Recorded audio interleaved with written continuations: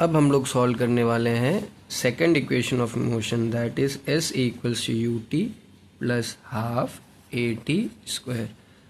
अब हम लोग ने देखा है जो स्लोप होगा, स्लोप किसके बराबर हो जाता है? एक्सेलरेशन के बराबर हो जाता है। स्लोप का फॉर्मूला होता है del y upon del x, और स्लोप यहाँ पर किसको दर्शाता है? ये किसको दर्शाता है? एक्सेलरेशन को।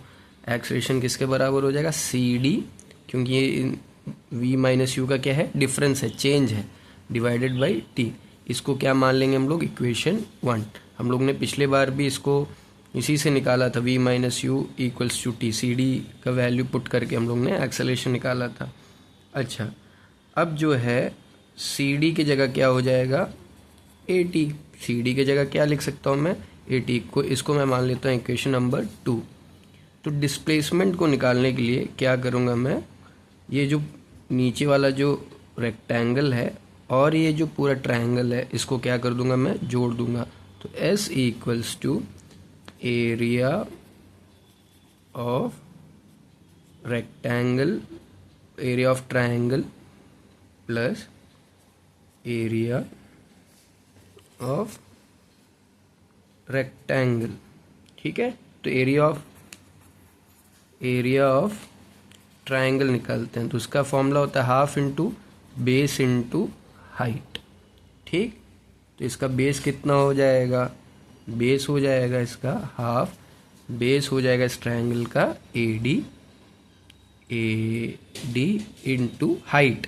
हाइट जो रहता है उसका वो परपेंडिकुलर जो ये रहता है, हाइट रहता है, उसको लेते हैं। तो half into C D, A D into C D. तो एरिया ऑफ ट्रायंगल हो जाएगा ए डी किसके बराबर है? ए डी किसके बराबर है? टी के बराबर है। ए डी किसके बराबर है? 1/2। ए डी किसके बराबर है? टी के बराबर है। और सी डी का वैल्यू पहले से दिया है, कितना है? A T. तो ये हो जाएगा हाफ ए टी स्क्वायर। ये हो गया इक्वेशन नंबर 3। अब एरिया ऑफ ट्रायंगल ये होता है लेंथ इंटू ब्रेड्थ। तो लेंथ इंटू ब्रेड्थ क्या हो जाएगा? ये होता है लेंथ हो जाएगा इसका ए डी या फिर ओ ई, तो कुछ भी ले सकता हूँ। ए डी मैं ले रहा हूँ, ए डी इंटू ब्रेड्थ क्या हो जाए? इसका हो जाएगा ओ ए। ठीक है, तो ए डी किसके बराबर है? फिर से ए डी किसके बराबर है? टाइम। ए डी किसके बराबर है? ए डी किसके बराबर? टी के बराबर है। तो ए डी की जगह मैं लिख दूंगा टी, और ओ ए की जगह लिख दूंगा ओ ए की जगह क्या है? यू। तो ये हो जाएगा यू। तो इस हिसाब से इस नोटेशन में अगर मैं रखता हूँ तो ये क्या आ जाएगा? एरिया ऑफ ट्रायंगल कितना है?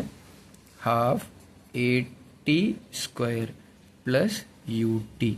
तो ये हो जाएगा half a t square plus U T, या फिर इसको मैं ऐसे भी लिख सकता हूँ, S equals to u t plus half a t square.